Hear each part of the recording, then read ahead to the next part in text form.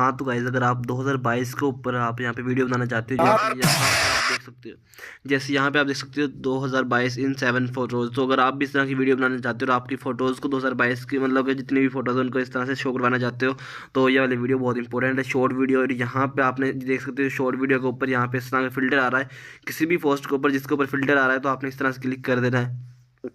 Click करने के बाद आपने यूज़ दिस इफेक्ट के ऊपर क्लिक कर देना है। जैसे आप इस इफेक्ट के ऊपर आएंगे तो आपके सामने इस तरह की आपके पास सर्च लिस्ट आ जाएगी। तो ठीक है, उसके बाद आपने यहाँ पे 2022 का आप देख सकते हो ट्रेंडिंग फिल्टर जो है 2022 का ये वाला है, तो इसके ऊपर आपने क्लिक कर लेना है। जैसे इसके ऊपर आप क्लिक करके रखेंगे तो आपके सामने आपके पिक्चर्स आ जाएंगे, जिनको आपने यहाँ से सिलेक्ट कर लेना है।